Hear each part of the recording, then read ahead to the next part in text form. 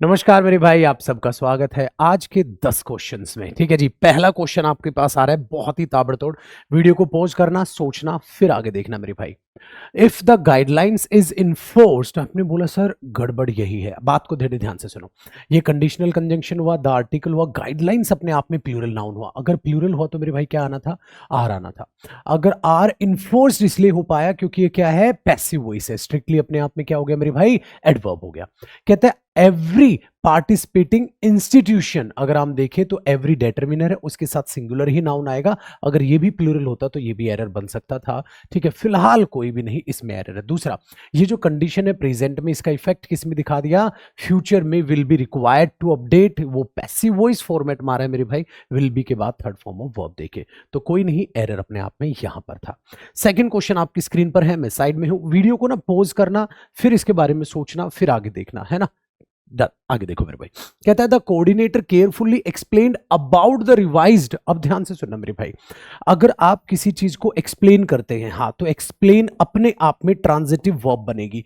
जब आप transitive verb के बाद उसका ऑब्जेक्ट लिखने जाएंगे, हाँ, जो कि उसका डायरेक्ट ऑब्जेक्ट होगा, तो उससे पहले किसी भी प्रेपोजिशन की रिक्वायरमेंट नहीं होगी। तो अगर आप एक्सप्लेन के बाद प्रेपोजिशन लगाओगे इसके डायरेक्ट ऑब्जेक्ट के बाद के लिए, तो वो तो गलत हो जाएगा। तो कोऑर्डिनेटिंग केयरफुली, कहता है कोऑर्डिनेटर जो था उसने केयरफुली क्या किया? एक्सप्लेन किया। किसको? द रिवाइज्ड प्रोसीजर्स को। तो क्या गलत हो गया यहां पर? जो अबाउट आपने प्रेपोजिशन लगाई वो गलत हो गया, क्योंकि ट्रांजिटिव वर्ब के बाद उसका जो ऑब्जेक्ट है वो डायरेक्ट लिखना था आपने, प्रेपोजिशन की रिक्वायरमेंट नहीं होती। ये चीज याद रखिएगा मेरे भाई। तीसरा क्वेश्चन आपकी स्क्रीन पर है, आराम से वीडियो को पॉज करो और सोचो क्या है। हमने बोला जो नोवाइस प्रोग्रामर था, जो नया था बेचारा, उसने क्या किया? Made a blunder mistake. उसने एक ब्लंडर मिस्टेक, ब्लंडर और मिस्टेक का मतलब क्या होता है? ब्लंडर है एक बड़ी गलती, तो इसका मतलब ब्लंडर में ऑलरेडी मिस्टेक का मीनिंग है। अगर उसके अंदर मिस्टेक का ऑलरेडी मीनिंग है और मिस्टेक उसके साथ आप दोबारा लिख दोगे, तो इस टॉपिक को हम कहते हैं मेरे भाई सुपरफ्लुअस, है ना। तो ये तो सुपरफ्लुअस हो गया। और ये जो क्वेश्चन है मेरे भाई CGL 2025 में है, तो हमने बोला अब ब्लंडर। और दूसरा चीज याद रखिएगा, ये जो हम यूज करते हैं कोलोकेशन, ये भी ध्यान रखना। जब मेक अ ब्लंडर, यहां पास था तो मेड अ ब्लंडर, याद रखना। यहां क्या कई बार ऐसे दे देगा टुक अ ब्लंडर, कुछ भी ऐसे अजीबोगरीब वर्ब लिख देगा, वो भी एरर हो जाता है। ठीक है ना, तो इसका ध्यान रखना है। क्वेश्चन नंबर 4 आपके सामने है, आराम से निहारिए वीडियो को पॉज करके, फिर मैं बताता हूं क्या लिखा हुआ है। Head the manager explain the policy. अब ध्यान से सुनिएगा इसको। हेड द मैनेजर एक्सप्लेन, आप कहोगे सर हेड हेल्पिंग वर्ब है, एक्सप्लेन वर्ब की थर्ड फॉर्म है, और यहां लिखा हुआ है they would not have made. अगर वुड हैव थर्ड फॉर्म है तो याद करो, इसे हम पास्ट इमेजिनेशन कहते हैं।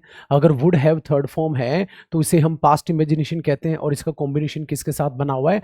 Head plus subject. ये इसका मतलब इसी चीज को मैं कैसे लिख सकता हूं? If plus subject plus head third form.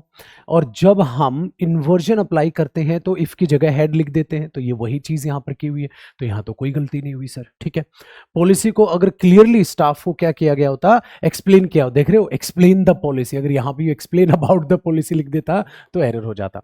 किया गया होता they would not have made, तो उनकी उतनी ज्यादा कंफ्यूजन उनके बीच पैदा ना हुई होती, पास्ट इमेजिनेशन। लेकिन सर कंफ्यूजन तो अनकाउंटेबल नाउन है।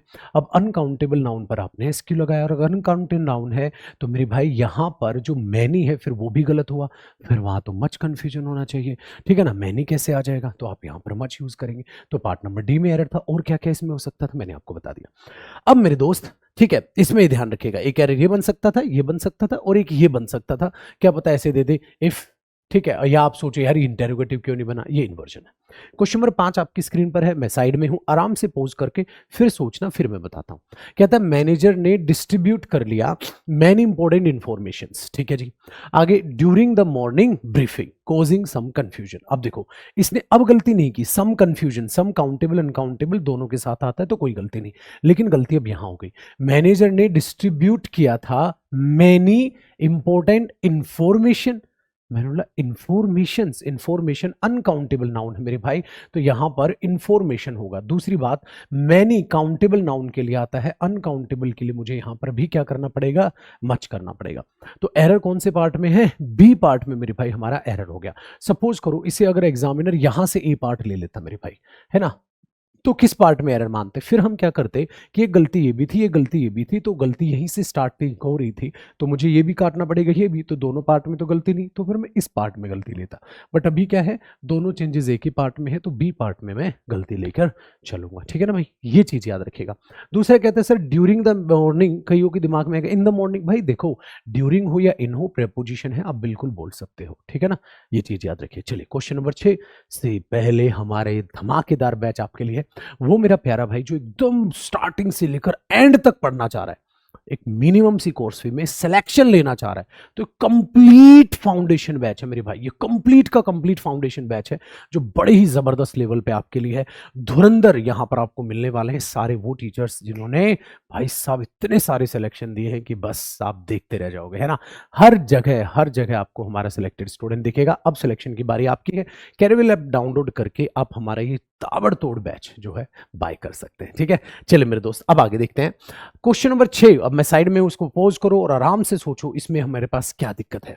कहता है कंपनी हैज डिसाइडेड, देखो कंपनी सिंगुलर है तो singular helping verb present perfect है। क्या किया डिसाइड उसने, इंप्लीमेंट करने का, इन्फिनेटिव आ गया, बिल्कुल दिक्कत नहीं है। न्यू स्ट्रेटजीज, बिल्कुल ठीक है। अब देखो न्यू स्ट्रेटजीज अपने आप में क्या है, प्लूरल नाउन, और प्लूरल नाउन से पहले एडजेक्टिव। प्लूरल नाउन का यूज अगर कॉमन यूज किया जाए तो जरूरी नहीं है डिटरमिनर वहां लिखना, आप उसे डायरेक्ट भी यूज कर सकते हैं।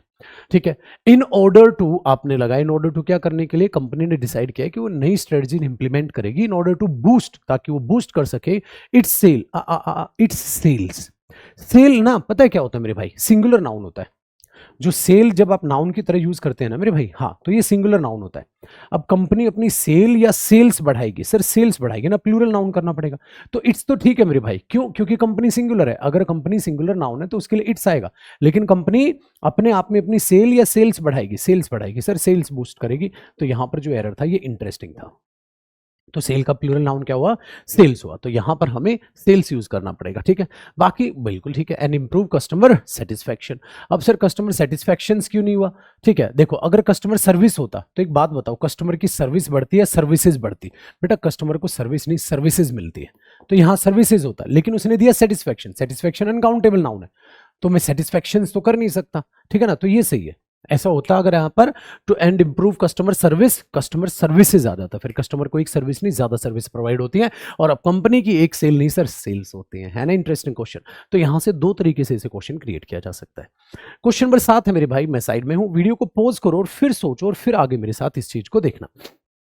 देखो क्या है, कहता है मैनेजर ने अप्रिशिएट किया नॉट ओनली हर डेडिकेशन। अब ध्यान से सुनना, अप्रिशिएट अपने आप में क्या है, वर्ब है। वर्ब है मेरे भाई कौन सी, ट्रांजिटिव। इसका ऑब्जेक्ट कौन हुआ, हर डेडिकेशन।